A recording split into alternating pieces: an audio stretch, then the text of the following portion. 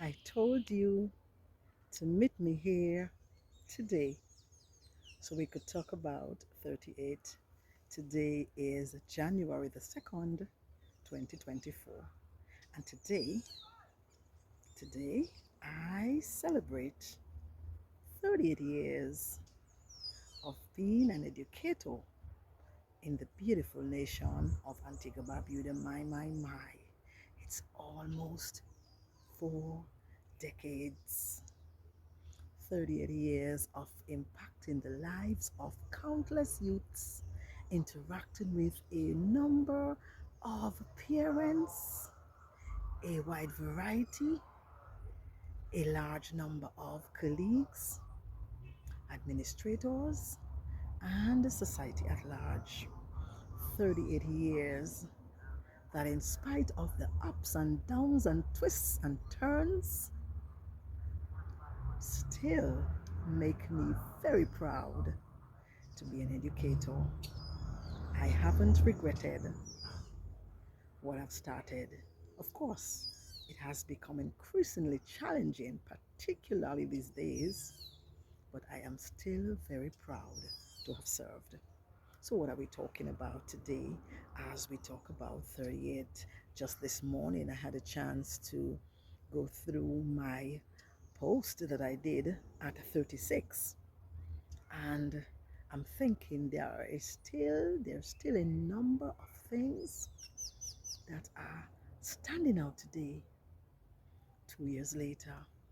So I'm thinking in particular about our male students, how in many instances I think society at large and even the educational system has failed our boys.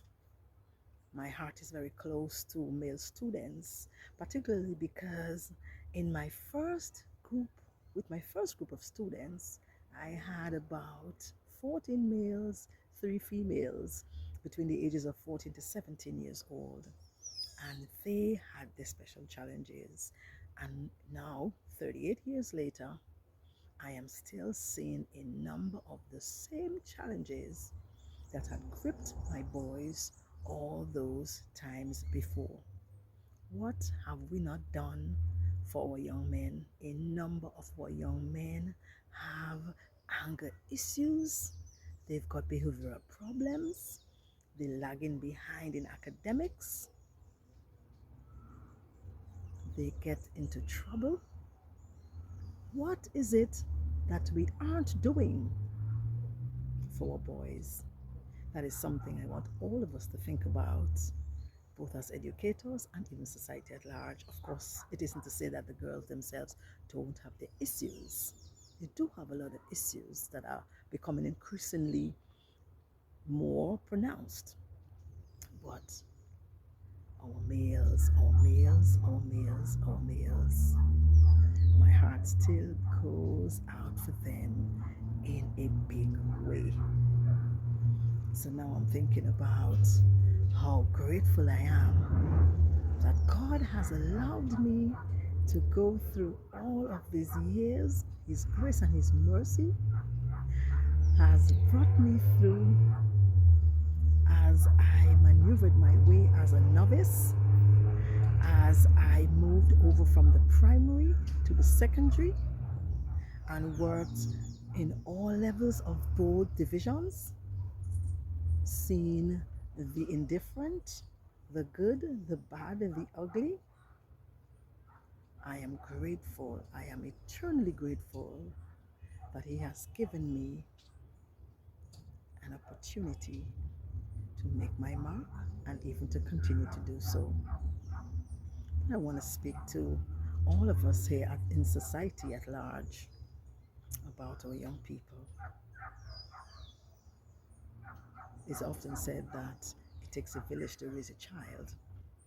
And I'm thinking, how can we raise our children as a village if we, the elders, we ourselves, haven't the tools that are needed to maneuver our way?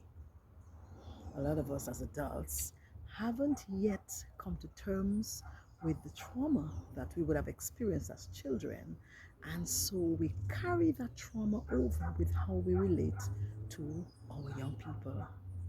So I say it in our parents who talk a lot about how much they talk to the child and scold them, but in reality, they're just shouting and cussing, as it were, as we say in local terms. Some of them have given up and say, see what you can do with it. We can't manage. You now go kill me. Who do you expect them to kill? It is very sad. It has made me very sad. I've often seen two parents who tell a lot of fibs. They lie about what they are doing, and then the children turn out and tell us what is really true. What are we as adults doing as in society at large?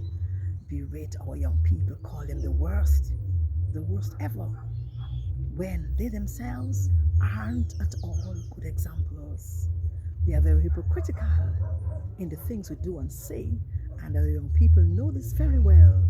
So many times they aren't even bothered with our efforts, our so-called efforts, at getting them to come to terms. We have to do some self-evaluation as adults in general with the way that we deal with our youths.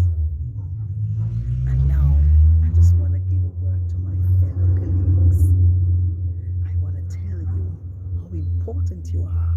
I think back of COVID-19 and all the efforts you would have made in trying to get the teaching learning process on a footing, and also to get yourselves in a balanced state. It was pretty difficult. And the thanks that you would have expected didn't even come. I want to tell you to continue to be the professionals that you are. But, as I always say here in the garden, as I always emphasize, take care of yourselves. It has made me extremely sad when I look back and see a number of teachers who, when they retire or even before they retire, fall ill. Alzheimer's disease and dementia and heart diseases, hypertension, stress, and strokes are tearing down our teachers. And has made me so sad. We give of ourselves in a big way. And I'm not sure if those above truly understand the sacrifice that teachers have made and continue to make to nation building. They talk a lot. Uh, After 25 years, the Ministry of Education gives a little plaque, and sometimes you get a little dinner or something. What are they putting into place for teachers?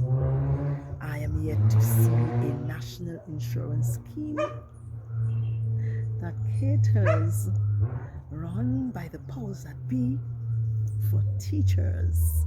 Of course, the Antigua and Barbuda Union of Teachers, they do have a sort of arrangement with one of the insurance companies, but I'm talking about from the government's end. What are they doing as it relates to insurance, medical insurance, and otherwise for educators who are stressed just by virtue of being in the profession? I know there are many incentives that are out there, but I still believe that we, the nation builders, are not looked after as we ought to. So I want to appeal to all of us as teachers, to take care of ourselves by all means. Lately, it has become increasingly difficult for all of us. And so we must think of our health, of our families. There are many teachers with families, with young ones. Take care of yourselves. Take care of yourselves. I want to also speak to parents who are tearing down teachers. Unless you walk in our shoes for even a day, you should really, really guard your tongue when you talk about us. Thank you, those parents who have continued to be supportive and understanding, who continue to partner with us to ensure that the teaching learning process takes place and that our children get the best of what they need. Thank you. But for those of you who are lacking, I urge you, you must do better. I want to also talk to our administrators. Remember that empathy is a thing to have. Empathy is a thing to have for both your students and your colleagues. A lot of our educators have empathy toward their students, but sometimes that empathy does not go onto our colleagues. That is something you must think about. To the powers that be, educating the nation's youth is a big task that requires your full support. It isn't to say that we should act any old how, not act professional at all. It is just to say that we need to see you more visibly. We need to know and be assured that you have our backs. Trust is something else as leaders, and when persons who work with leaders cannot fully appreciate the trust or the lack thereof, there is no trust. When trust is lacking and trust has been broken, it is very difficult to get your colleagues to work along with you. Trust is important. Empathy is important. I am still proud to have served, but lately I'm thinking,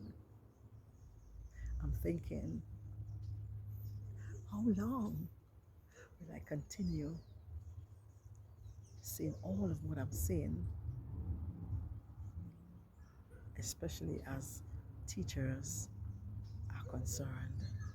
Teachers, educators are important. We play a major role in the lives of the youth, and that spills over into nation building. I want to thank all of you who have worked with me over the years. If you are able to hear me now, I want to thank you for working with me. And I'm talking about all of you. This includes my former students, my current students, my parents, my former and current colleagues, administrators, my own family members who have been so supportive. I want to thank all of you, whatever path we would have crossed during my 38 years, whatever the interaction was like. I want to say thank you. You have impacted my tenure in a big way.